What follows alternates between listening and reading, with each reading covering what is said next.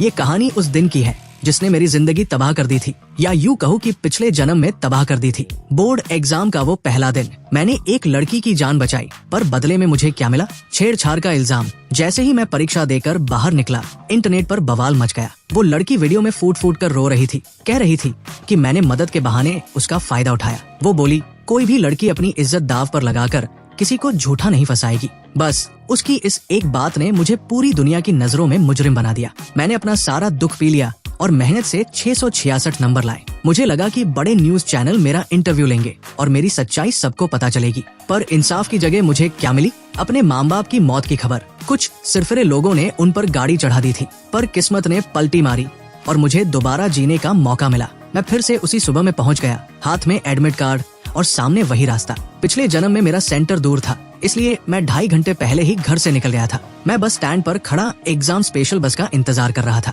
तभी बगल में खड़ी एक लड़की, वही जेंग्यू, अपना सीना पकड़कर अचानक जमीन पर गिर पड़ी। मेरी माँ नर्स है, उन्होंने मुझे CPR सिखाया था। मैंने बिना सोचे समझे उसकी जान बचाई, एम्बुलेंस का इंतजार किया और फिर भागते भागते सेंटर पहुंचा। पर जब एग्जाम देकर बाहर निकला और फोन चालू किया तो पैरों तले जमीन खिसक गई। जेंग्यू ने अस्पताल के बिस्तर से रोते हुए वीडियो डाल दिया था कि मैंने उसके बेहोशी का फायदा उठाया। वो पुराना बस स्टैंड था, कोई CCTV नहीं था, कोई गवाह नहीं था। सबने मुझे गालियां दी। मेरी माँ को अस्पताल में बेइज्जत किया गया। पापा की छोटी सी हॉटपॉट की दुकान तोड़फोड़ दी गई। मुझे लगा कि अच्छे नंबर लाऊंगा तो शायद दुनिया मेरी बात सुने, पर जिस दिन मेरा रिजल्ट आया उसी दिन जेंग्यू ने अस्पताल की छत से कूदकर जान दे दी। उसके घर वाले हमारे घर के बाहर 20 लाख के मुआवजे का बैनर लेकर बैठ गए। मेरे पापा जब सामान लेने निकले तो कुछ न्यूज वालों के चक्कर में उनकी गाड़ी का एक्सीडेंट हो गया और वो दोनों मुझे अकेला छोड़ गए। मैं बदहवास होकर घर पहुंचा तो सीढ़ियों पर तेल गिरा था। मेरा पैर फिसला और सिर सीधे कंक्रीट पर जा लगा।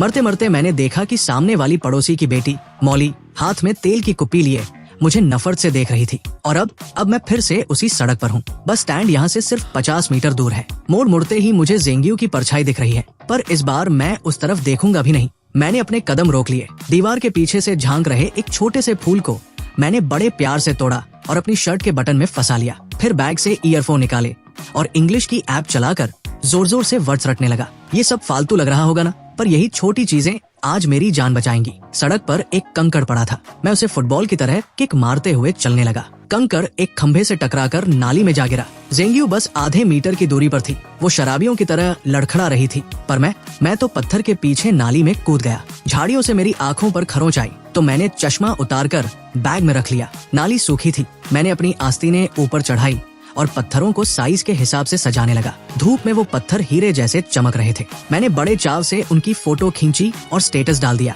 पिछले जन्म में इस वक्त मैं उसकी छाती दबाकर उसकी जान बचा रहा था और आज मैं यहाँ पत्थरों से खेल रहा हूँ। मैंने एक दिल के आकार का पत्थर उठाया, उसे टिश्यू पेपर से रगड़ रगड़ कर साफ किया और सूरज की रोशनी में ऊपर उठाकर जोर से चिल्लाया, हार्ट। मैं तो गाने भी गाने लगा। बिना चश्मे के मुझे सब धुंधला दिख रहा था, बस हरियाली नजर आ रही थी। तभी मोगरे के फूलों की खुशबू आई। लोहे की जाली के पीछे एक दादाजी पौधों को पानी दे रहे थे। उनके घर की छत पर लगा कैमरा सीधे मेरी तरफ था। मैंने हेडफोन हटाकर कहा, राम राम दादाजी, आपके मोगरे की खुशबू तो मोहल्ले भर में महक रही है। वो खुश हो गए, बोले, बेटा पेपर देने जा रहे हो? मैंने हाँ कहा। उन्होंने मुझे ढेर सारे सुंदर फूल तोड़कर दिए। इस सब में 10 मिनट और निकल गए। तभी कुछ आंटियां झोला लेकर बस स्टैंड की तरफ आती दिखी। मैं फूलों का गुच्छा लेकर उनके पीछे पीछे चलने लगा। एक आंटी ने मुड़कर पूछा, अरे बेटा, ये फूल कहाँ से लाए? मैंने मुस्कुराते हुए अपना चश्मा पहना और कहा, आंटी आपको पसंद है, ये लीजिए। मैंने सारे फूल उन्हें बांट दिए। जब हम बस स्टैंड पहुँचे, जेंग्यू कहीं नहीं दिखी। वो तो बस स्टैंड के पीछे झाड़ियों में गिरी पड़ी थी, जिसे विज्ञापन वाले बोर्ड ने ढक दिया था। किसी को कुछ पता नहीं चला। जैसे ही बस आई, मैं सबसे पीछे जाकर बैठ गया और फिर से कान में ईयरफोन ठूंस लिए। बस चलने ही वाली थी कि एक आंटी की नजर जेंग्यू के गिरे हुए फोन पर पड़ी। फिर उन्होंने उसे देखा और चीख निकल गई उनकी। वो बेचारी नीली पड़ चुकी थी, पर मैंने मुड़कर एक बार भी नहीं देखा। लोग कहेंगे कि मैं रास्ता बदल सकता था या टैक्सी ले लेता, पर क्यों? मैं उसे वही तड़पते देखना चाहता था जहाँ से उसने मुझे बर्बाद किया था। उसे लगने दो कि शायद कोई देवदूत आएगा और उसे बचा लेगा। पछतावा बुरे लोगों को करना चाहिए, मुझे नहीं। एग्जाम सेंटर पर मैं पूरे 20 मिनट पहले पहुंचा। कोई हड़बड़ी नहीं, कोई डर नहीं। पेपर एकदम झक्कास गया। घर आकर खाना खाया और चैन की नींद सोया। सोकर उठा तो फोन देखा। अभी तक न्यूज में कुछ नहीं आया था। पापा और मम्मी घर पर ही थे। मम्मी ने ठंडे पानी से मेरा मुंह पोंछा और बोली, बेटा सुना है आज सुबह बस स्टैंड पर किसी स्टूडेंट को हार्ट अटैक आ गया था, हमारे ही अस्पताल में भर्ती है। वो उसे हमारे ही अस्पताल के आईसीयू में भर्ती किया गया है, पता नहीं बचेगा या नहीं। पापा बोले, हाँ मैंने भी सुना, बड़ा अफसोस हुआ, इतनी कम उम्र और ऊपर से आज एग्जाम का दिन था। पर बेटे तुम ये सब मत सुनो, फालतू में डर जाओगे। मेरे मम्मी पापा कितने भोले और नेक दिल हैं। वो अब भी उस लड़की के लिए हमदर्दी जता रहे हैं कि बेचारा एग्जाम नहीं दे पाया। उन्हें क्या पता कि पिछली जिंदगी में इसी लड़की की वजह से हमारा पूरा परिवार खत्म हो गया था। पिछली बार उसने मुझ पर इल्जाम लगाया था कि मैंने उसे गलत तरीके से छुआ और मेरी मदद को बदतमीजी का नाम दिया था। शायद उसे अब ये आईसीयू वाला नतीजा ज्यादा पसंद आ रहा होगा। दोपहर के पेपर के लिए मेरा बस से जाने का बिल्कुल मन नहीं था। मैंने पापा से कहा, पापा आज आप अपनी स्कूटी से छोड़ दो ना, अपनों को एक बार खोने का गम क्या होता है ये मैं अच्छे से जानता था, इसलिए अब मैं उनके साथ बिताए हर पल को मुट्ठी में कैद कर लेना चाहता था। पापा ने स्कूटी के पीछे वाला सामान ढोने वाला करियर हटाया, सीट को कपड़े से रगड़ कर चमकाया और हंसते हुए बोले, अरे तू तो बाप से भी लंबा हो गया है, पैर कहाँ रखेगा। मेरी हाइट 6 फुट 3 इंच थी और पापा बेचारे मुश्किल से 5 फुट 6 इंच के। मैंने पीछे बैठते हुए उनके कंधों पर हाथ रखा। पापा एग्जाम खत्म होते ही हम सब दादा दादी के पास गांव चलेंगे, ठीक है। पापा ने धीरे से एक्सीलरेटर घुमाया। अभी कैसे जा सकते हैं, तेरी कॉलेज की पढ़ाई है, फिर तेरे लिए घर खरीदने के लिए पैसे भी तो जोड़ने हैं। मैंने अपना सिर उनके चौड़े कंधे पर टिका दिया। पैसे तो कभी भी कमा लेंगे पापा, पर ये छुट्टियां फिर नहीं आएंगी। 3 साल हो गए हम सब साथ में गाँव नहीं गए। पढ़ाई के चक्कर में हम हमेशा अलग अलग ही गाँव जाते थे। पापा थोड़े हिचकिचाए तो मैंने अपना आखिरी हथियार निकाला, उन्हें हिलाने लगा बचपन की तरह। 18 साल का इतना लंबा लड़का जब छोटे बच्चे की तरह जिद करे तो बाप पिघल ही जाता है। अरे ओए सीधा बैठ, गिराएगा क्या। पापा खिलखिला कर हंसे। ठीक है भाई, कल का माल उतर गया है, बस 1 दिन और दुकान खोलूंगा, फिर परसों सीधे गाँव, वही तेरा रिजल्ट देखेंगे, दादा दादी भी खुश हो जाएंगे। एग्जाम सेंटर पहुंचकर जब मैंने पीछे मुड़कर देखा, पापा अपनी स्कूटी थामे बड़े प्यार से मुझे देख रहे थे। मेरी आंखें भर आई। मैंने मुक्का दिखाकर उन्हें ऑल द बेस्ट कहा और अंदर चला गया। पेपर एकदम जबरदस्त हुआ। आखिर मैं अपने स्कूल का टॉपर जो था। अगर ज़ेंग्यू वाला कांड न होता तो मेरा भविष्य कितना सुनहरा होता। शाम को पापा फिर लेने आए। हांग थका तो नहीं, भूख लगी है, पानी पिए जा। उन्होंने थर्मस से पानी पिलाया। मैंने अंगड़ाई ली और कहा, पापा बस अब सोना है। पिछले जन्म में उस हादसे के बाद मैं एक रात चैन से नहीं सोया था। आज तो नींद जैसे आंखों पर चढ़ी जा रही थी। घर पहुंचा, मम्मी नाइट शिफ्ट पर थी। पापा खाना बनाने लगे और मैं नहाकर कमरे में आ गया। इंटरनेट पर अभी भी सन्नाटा था। ज़ेंग्यू की हालत बहुत खराब थी, पर मुझे पता था कि उसके घर वाले कितनी बड़ी आफत है। असली ड्रामा तो अब शुरू होगा। वैसे ज़ेंग्यू मेरी जूनियर हाई स्कूल की क्लास में थी, पर मुझे उसका चेहरा तक याद नहीं था।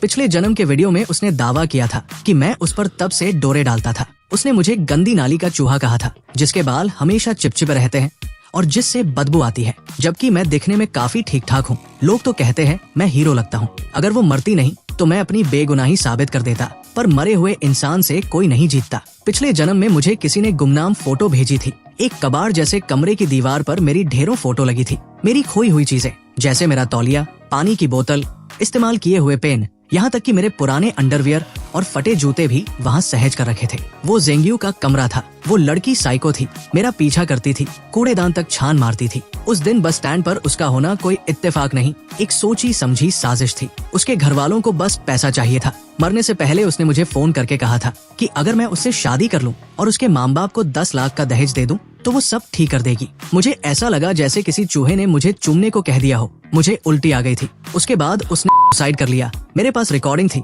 पर दुनिया ने कहा मरने वाला झूठ नहीं बोलता। पर एक सवाल अभी भी था, उसे कैसे पता था कि मैं उसी बस स्टैंड पर आऊंगा। तभी मुझे याद आया, मरते वक्त मैंने अपनी पड़ोसी मौली को देखा था। मौली और मैं साथ ही पढ़ते थे, पर हमारे घरों में कभी बातचीत नहीं होती थी। उसके माँ बाप टीचर थे और बड़े सख्त थे। उसकी जिंदगी का एक एक मिनट उनके हिसाब से चलता था। अक्सर हमारे कमरे की दीवार के पीछे से उनके चिल्लाने की आवाज आती थी, गधी है तू, उस पड़ोस के चाट बेचने वाले के लड़के से कुछ सीख। मेरे पापा ने पहले चाट का ठेला लगाया था, फिर मेहनत से दुकान खोली। वो लोग हमें नीचा समझते थे, पर मैं पढ़ाई में हमेशा नंबर बनाता था, जिससे मौली को मुझसे नफरत होने लगी थी। अगले दिन के पेपर के बाद मैंने दोस्तों के साथ पार्टी का बहाना बनाया और गुपचुप 3 छोटे हिडन कैमरे खरीद लाया। मुझे अपनी ताकत पर भरोसा था, पर इन लोगों की चालबाजियों से बचने के लिए सबूत जरूरी थे। एक कैमरा मैंने घर के पुराने लोहे के दरवाजे के पीछे शुभ लाभ के स्टिकर के नीचे छिपा दिया, दूसरा घर के अंदर और तीसरा अपने कमरे की खिड़की के पर्दे के ऊपर, जहाँ से मौली के कमरे का 2/3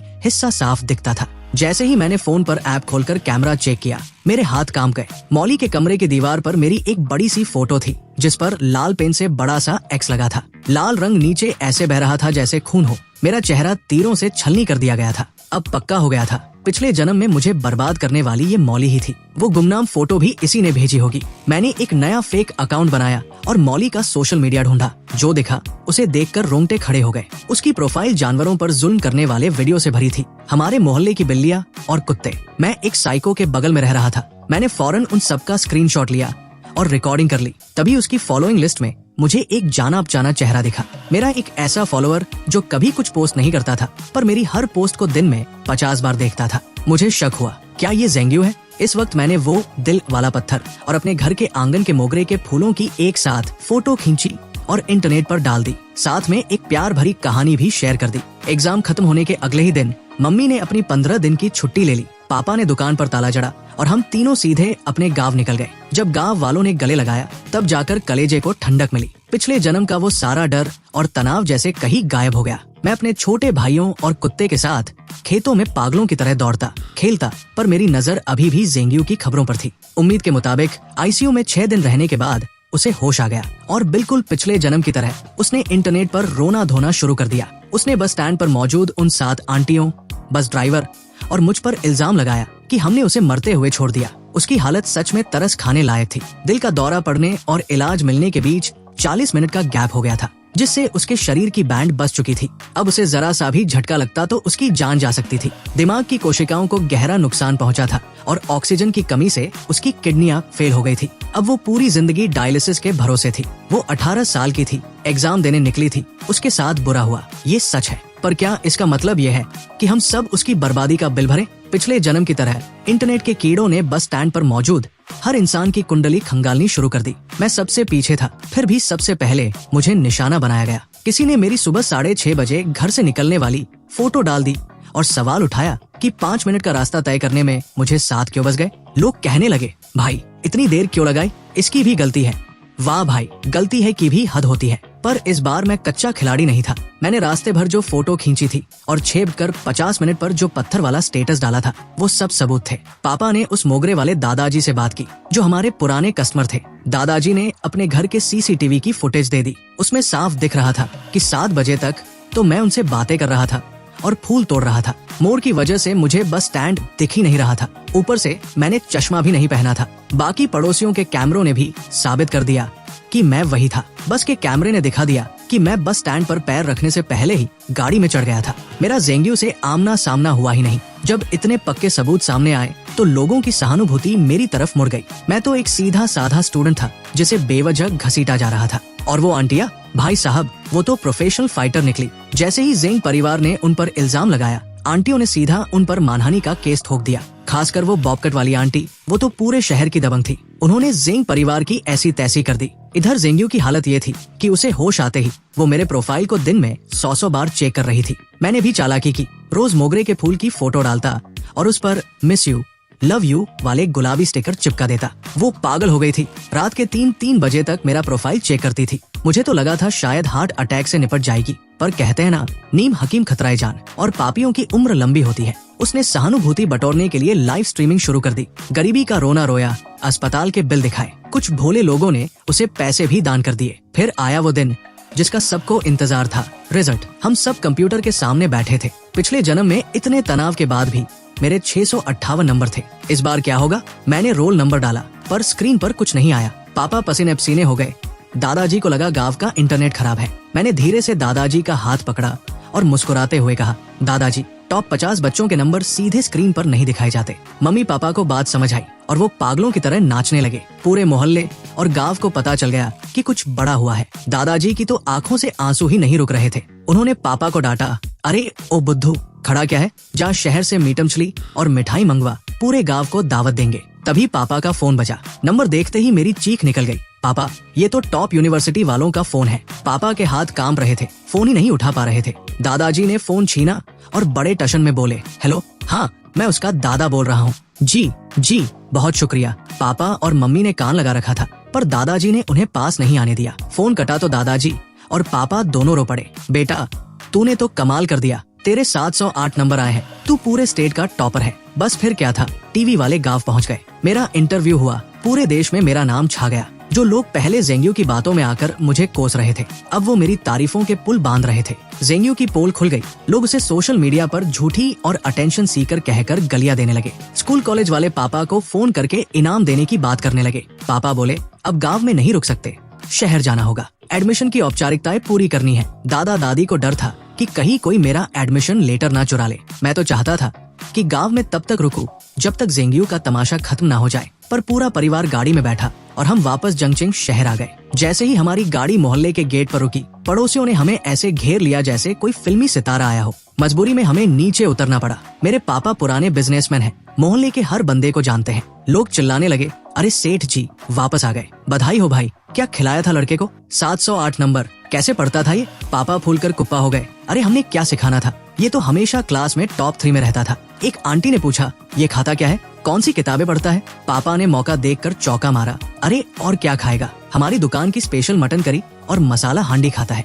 एकदम असली मसालों वाली, दिमाग तेज और पेट ठंडा। पापा ने मुझे आगे कर दिया, मैं भी जानबूझकर पंजों पर खड़ा हो गया ताकि अपनी 6 फुट से ज्यादा की हाइट दिखा सकूं। आंटियां मुझे ऊपर नीचे से देखने लगी, कोई सिर पर हाथ रख रही थी तो कोई गाल खींच रही थी। सब कह रहे थे कितना सुदर्शन लड़का है, खानदानी शक्ल है इसकी। सब अपनी औलादों के लिए मेरा आशीर्वाद चाह रहे थे। बड़ी मुश्किल से पीछा छुड़ाकर घर की तरफ भागा तो पापा ने चाबियों का गुच्छा मेरी तरफ उछाला और बोले, जल्दी जा दुकान खोल और साफ सफाई कर, मैं माल लेकर आता हूँ। तेरी कॉलेज की फीस भी तो निकालनी है। पापा को अभी भी अपने टॉपर बेटे की डिमांड का अंदाजा नहीं था। मैं और मम्मी अभी दुकान झाड़ ही रहे थे कि पूरा मोहल्ला दुकान पर टूट पड़ा। पड़ोसियों ने तो मम्मी को सलाह दे दी कि दुकान का नाम सेठ जी की दुकान से बदलकर टॉपर की दुकान रख दो। तभी मेरे स्कूल के दोस्त भी पहुंच गए। सबका रिजल्ट अच्छा आया था। वो कहते हैं ना, चढ़ते सूरज को सब सलाम करते हैं। आज वही लोग मेरी आरती उतार रहे थे जो पिछले जन्म में मुझ पर सड़े हुए अंडे और कचरा फेंक रहे थे। रात के 12 बजे तक दुकान पर इतनी भीड़ रही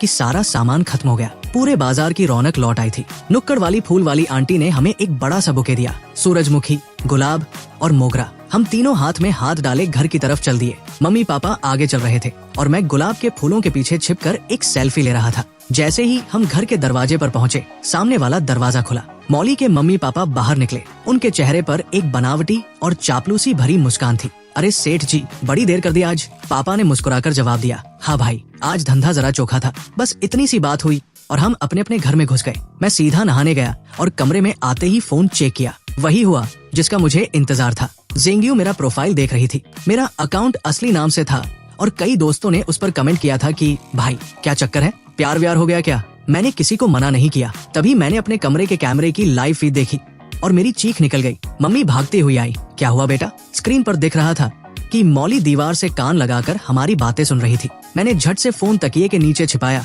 और हाथ में चार्जर लेकर बैठ गया। कुछ नहीं मम्मी, बस ये चार्जर पैर पर गिर गया था। मम्मी ने लाड जताया और चली गई। उनके जाते ही मैंने ईयरफोन लगाए। मौली अभी भी दीवार से चिपकी थी। उसकी आंखें मेरी खिड़की पर गड़ी थी। उसके बिखरे हुए काले बाल किसी चुड़ैल जैसे लग रहे थे। जब उसे लगा कि मेरे कमरे से कोई आवाज नहीं आ रही तो वो पागल हो गई। उसने हाथ में एक नुकीली चीज उठाई और बिस्तर के पीछे लगी मेरी फोटो को पागलों की तरह गोदने लगी। अगर मैं उसके सामने होता तो वो मुझे 100 बार चाकू मार देती। मैंने अपनी अलमारी से कसरत करने वाला ग्रिपर निकाला और प्रैक्टिस करने लगा। साथ ही पिछले कुछ दिनों की रिकॉर्डिंग देखी। पता चला कि एग्जाम खत्म होने के बाद मौली के माँ बाप ने उसे जबरदस्ती फिर से पूरा पेपर हल करवाया था। रात के 2 बजे तक वो उसे टॉर्चर करते रहे। अगले दिन उसे बहुत पीटा गया क्योंकि उसके नंबर कम आए थे। 600 नंबर लाने वाली लड़की 490 पर अटक गई थी। उसे खाना तक नहीं दिया गया। वो रात भर मेरी खिड़की के बाहर किसी साई की तरह खड़ी रही। बहुत खौफनाक नजारा था, पर पिछले जन्म में जो मेरे परिवार के साथ हुआ उसके सामने ये कुछ भी नहीं था। मैंने जानबूझकर खिड़की का पर्दा थोड़ा खुला छोड़ा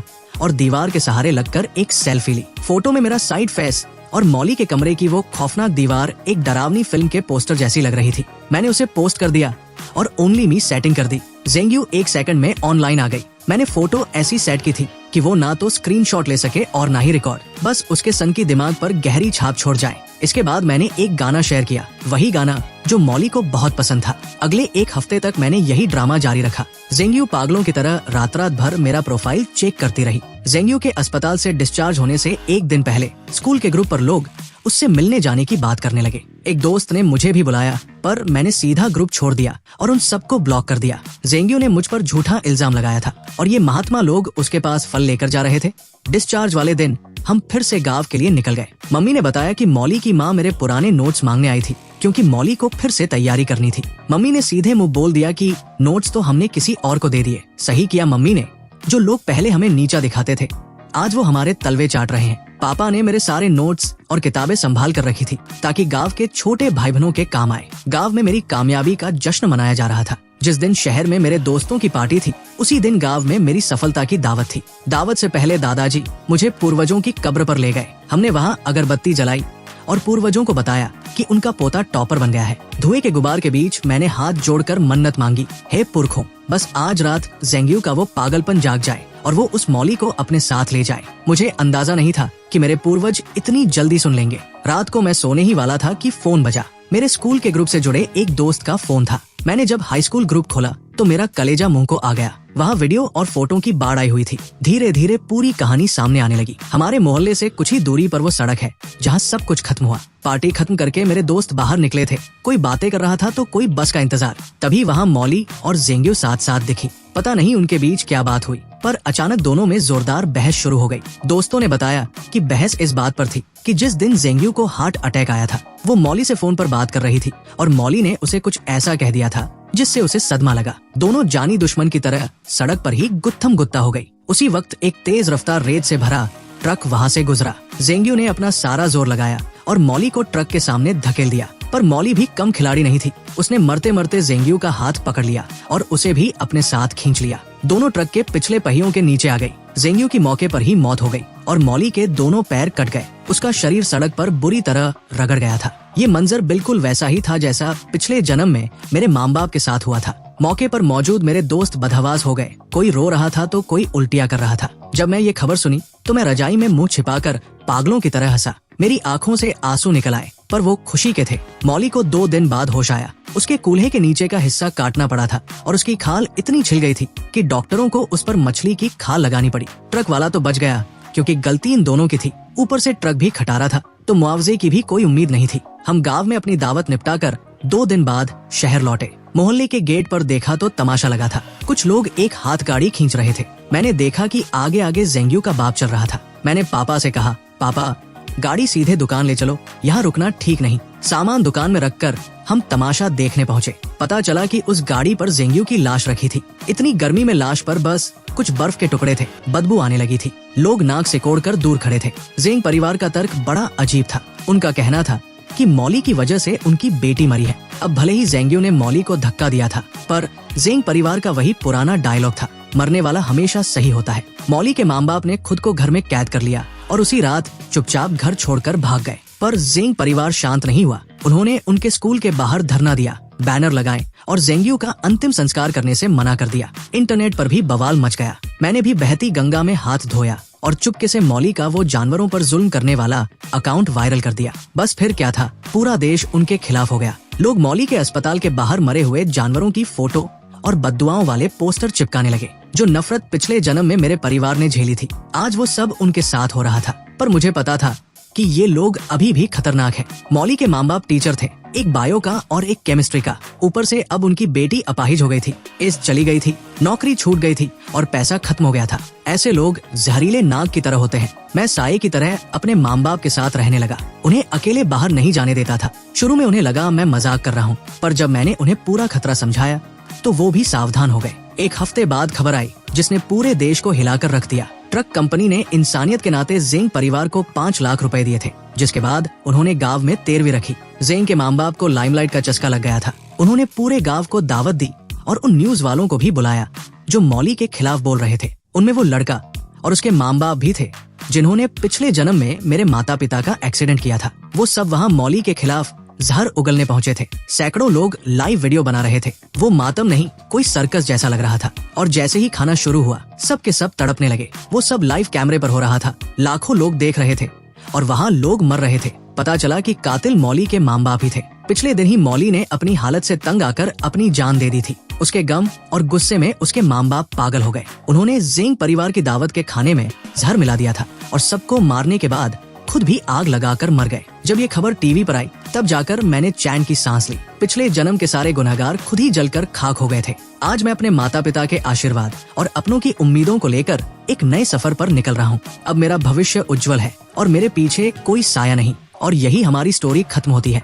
अगर आपको हमारी वीडियोस अच्छी लगती है तो हमारे चैनल को सब्सक्राइब जरूर करें। फिर मिलेंगे अगली वीडियो में।